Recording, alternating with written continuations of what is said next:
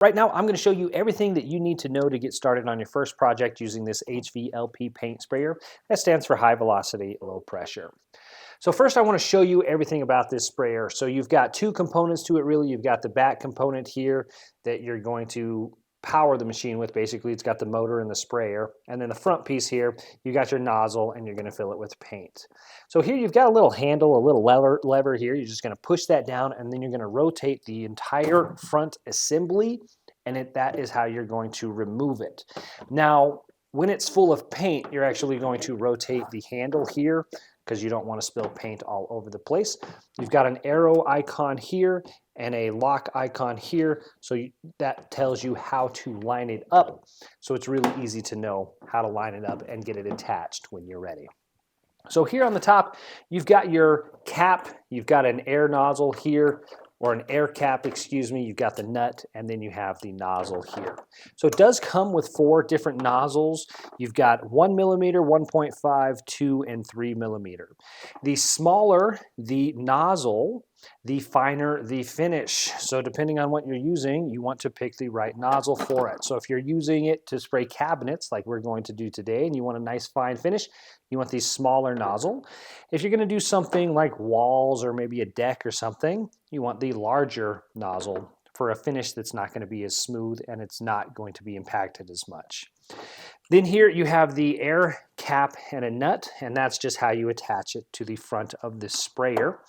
You also have a couple different accessories that it comes with here. So this here you put on after you're done with it, and this allows you to clean it. So if you got a quick connect hose and you want to spray some water through it when you're finished, that's a nice little attachment there.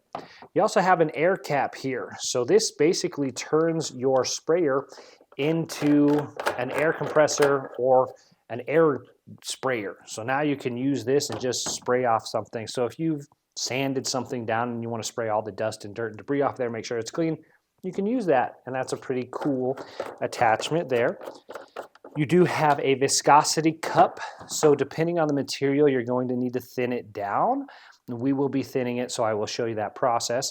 You're going to fill this with paint, and you want that paint to be thin enough to run out of it in a certain amount of time. In the directions, there is a table on what that recommendation is, and then you have some cleaning tools here. So you've got a brush here that you can clean stuff, and here you have a smaller needle, and this allows you to clean out your tips here when you're done spraying if any paint is still in there. So we are going to be doing cabinets like I said here, so I want the smallest. This is the 1 millimeter cap here, and I am going to put this on here. It's got a little plastic piece here, and then on the side, on the cap here, it's got 4 different grooves. Line up any one of those grooves with it, and then you can just simply slide it on. Now it's not locked in position yet, but that helps it keep it in position so it doesn't just fall off. Now we're going to put our air cap and our nut on here. We're just going to kind of get these in and just start the threads here. Now you notice this is just spinning in there. It will kind of lock into place. One thing I'll show you here just briefly, it's got little grooves all around it here, and on this plastic piece it's got little plastic pieces all around it, so it will line up and kind of lock into place so it doesn't just spin around freely, but you have to get it on there enough from the beginning. So let's go ahead and get that on. There are multiple different spray patterns that you can use with this. So here, when the cap is vertical, these 2 pieces here are vertical, your spray pattern is going to be horizontal. Okay, so that is a horizontal spray pattern, meaning it's going to go side to side. And then if we loosen up here and then tighten it back into place here, this is going to be a vertical spray pattern. So these things are horizontal now, but your spray pattern will be horizontal. So here there's little holes inside of this cap here, and the air actually sprays out of there. And when it sprays out of there, it creates a channel of air, and it forces the paint in a certain direction. Now in other ones, if you offset it here, and I'll test it with this one here today, if you offset it to the side like this, you get a circular spray pattern. So we'll test that today and see if it's true for this sprayer. It is for other ones that I have used in the past. So let's go ahead and get that set up right there. Now let's go ahead and prep our paint. We also have these paint filters. which is great because you don't want any big particles or chunks in it because that will clog our sprayer and then we'll have an issue there. So it does come with some of these to get you started. Let's go ahead and jump into the next process, which is thinning the paint. The nice thing is that in the directions, it does come with this little table here. So this is telling you what type of material you're using. And over here, it's telling you how much it needs to run out or how long it should take to run out of that viscosity cup that it came with. So a couple of them, you don't need to dilute at all, and others you will need to dilute. So we'll go ahead and follow the table there and dilute our paint accordingly. So for this example, I'm going to be using this Behr Paint Plus Primer. Honestly, I'm using this one because it's something that I had around the house and I wanted to get it used up. So whatever paint or material you're using, again, just go ahead and consult the table and you'll thin it accordingly to whatever you are using for your project. For more information about thinning your paint, you can also look at the paint itself. So on the back of most paint cans, they're going to give you some directions here, tell you how to prep, prime, and apply your material. So for this one here, it does give you some instructions on how much you should thin it. And if you thin it more than that, it can actually impact the durability of the paint that you're using. So that's a little bit more information if you're concerned about thinning your paint, how much to thin it, can you thin it? Not all paints are able to be thinned, so go ahead and look at the paint that you're using. Also, depending on the type of paint you're using, you're going to have to use a thinning material. So for this is a water-based paint, so I can thin it with water. There are other paints and items and materials out there that are oil-based, in which case you're going to have to use mineral spirits to thin it. For thinning my material, I like to use a mixing container like this. It's nice because it has measurements right here on the side. This container here can hold up to 40 ounces of material. So a general rule of thumb is 3-to-1 or 4-to-1 ratio of thinning your paint or your material. So that's 3 or 4 parts paint, 1 part thinning material. So I'm going to go with the 3-to-1. So I'm going to fill it up with 24 ounces of paint and then 8 ounces of water, and that'll give us a total of 32 ounces, which will fit perfectly here in our container.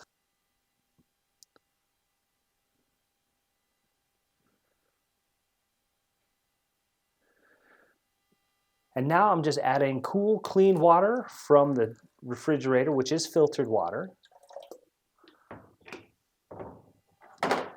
And now I'm just going to go ahead and stir it up.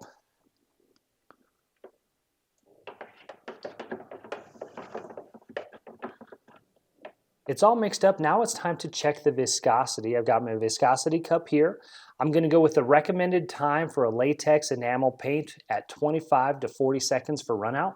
So I'm just going to start my timer here. I'm going to dip my viscosity cup into the paint here, get it full, and then just wait for it to run out while watching the timer here as well.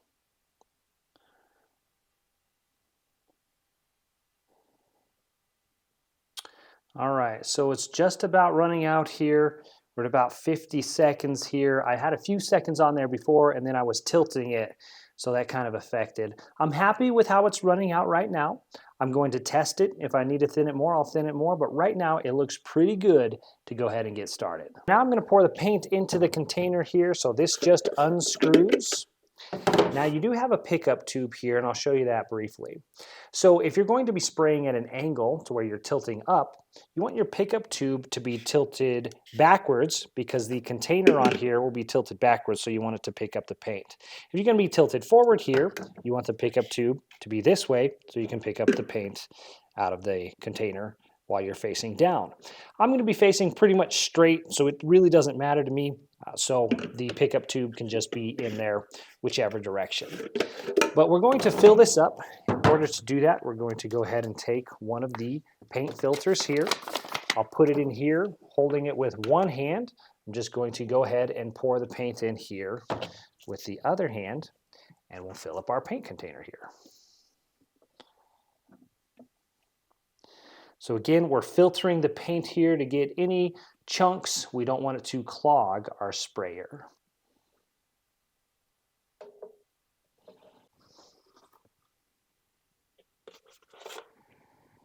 Our container's full here. Now let's go ahead and put on the cap here. All right, the front assembly is ready. Now let's go ahead and put on the sprayer. So this little latch here has to go on the back side or the other side here. So we're going to rotate it over here.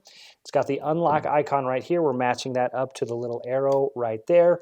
We can line it up and then we will just swing it down into position. Now we're ready to plug it in and get started. Another thing that I do want to show you here is this knob here on basically on the handle. And this is just going to impact your flow. So if you want less flow, you want that closer to the back here, so it's going to stop out. If you want more flow, you're just going to screw it in. Essentially, you can do this yourself just by throttling how much you pull the trigger. But if you found a spray that you like, as far as the flow goes, you can adjust this knob into position, and then you don't have to worry about it. You can just pull the trigger all the way back. So I'm going to start here. I'm going to do all the flow here, so I just want it to flow, and I'm going to throttle it as I go. And lastly, before we start our project here, you can test your pattern here. So I've got some old cardboard I'm going to be using. For safety, I have an N95 mask and also goggles. We've got our sprayer set up in the vertical position, so our spray pattern will be horizontal. Again, we're just going to pull the trigger. It'll take a second to grab the paint, but it will start flowing pretty much immediately.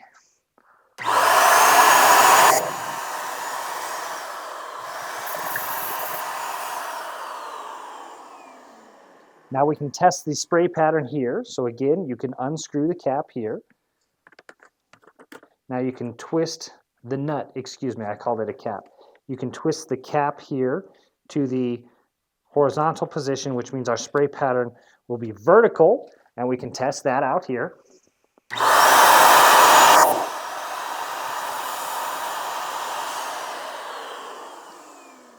Now let's test this one here and see if we offset that cap, if it makes a circle or a round pattern here. So we've got that offset. Let's see what it does.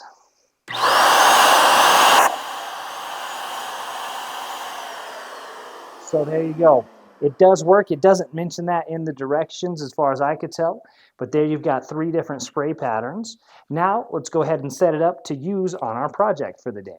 In my experience, projects like this, where I have a piece of material that's going to be resting on the ground, I like to use some old foam blocks to put it up on. So this is just packaging material that I got with something that I ordered online. So I'm just going to set my cabinet door on top of that. And then I don't want it resting against the plastic here on the back. So I'm just using an old stir stick here. I'm going to put it behind the door here and just kind of rest it up against that. So now it's going to be off the plastic on the back. What I've noticed is that if you spray it like that directly against the plastic, it will stick to the plastic and then it creates an issue later down the road. So now I'm going to turn it back to the horizontal spray pattern.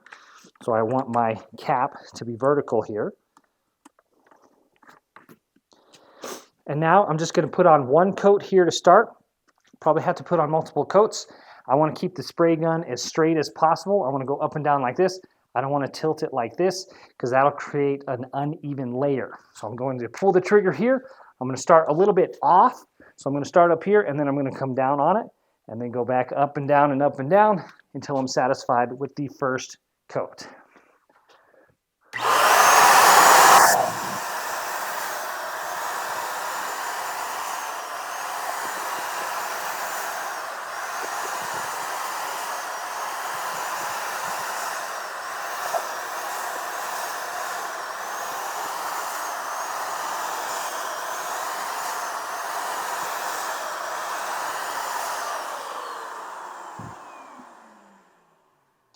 Now I want to do more, but I'm just going to let it wait because there's still some of the original wood and color coming through, but I don't want to oversaturate it with the first coat to create any drips.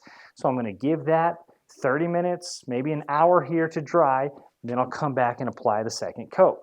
Now in my experience, I found that putting a plastic bag or a glove or something over this keeps it from drying out too much. And I've left it up to an hour or so between sprays and haven't had any issues with it. So that's what I'm going to do now. I'm going to take an old rubber glove and cover the cap here, wait for an hour, come back and do another coat. I'm back here, it's dried now, so that was closer to an hour and a half, maybe an hour and 45 minutes. And so now I'm just gonna take the cap out, or the glove off there. So here the paint may have dried, and for that you can just kind of peel it off and it just will come right off there. And now we can go ahead and apply our second coat. Again, same thing here, nothing different, just gonna pull the trigger there and then spray on the second coat.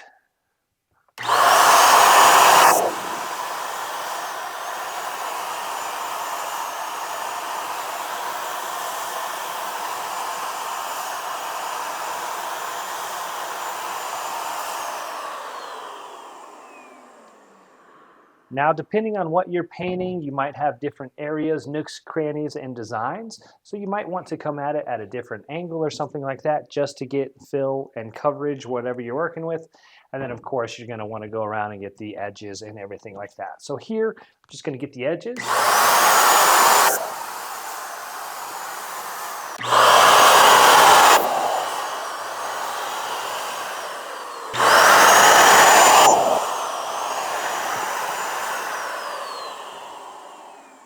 So now we'll take a look here. So that's 2 coats. This one still needs to dry here, but I got some nice coverage there. It got into the grooves and the design of the cabinet door there. So I really like how it went on there. It looks really nice. It's gonna be a really nice, smooth finish. Now we're gonna take off the handle here. So again, we're just going to push down and then rotate, and we're just going to take off the back of the sprayer here.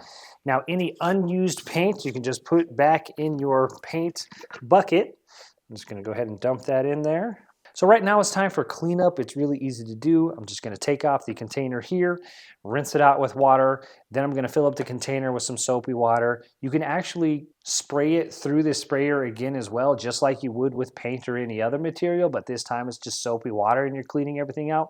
You don't have to do this, but it's a nice way to just kind of clean everything out.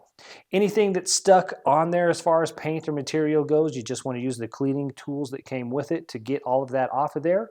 And now you're just going to set everything aside to dry, and that is it. You are done. And that is how you use the Von Horn paint sprayer. I hope that was helpful.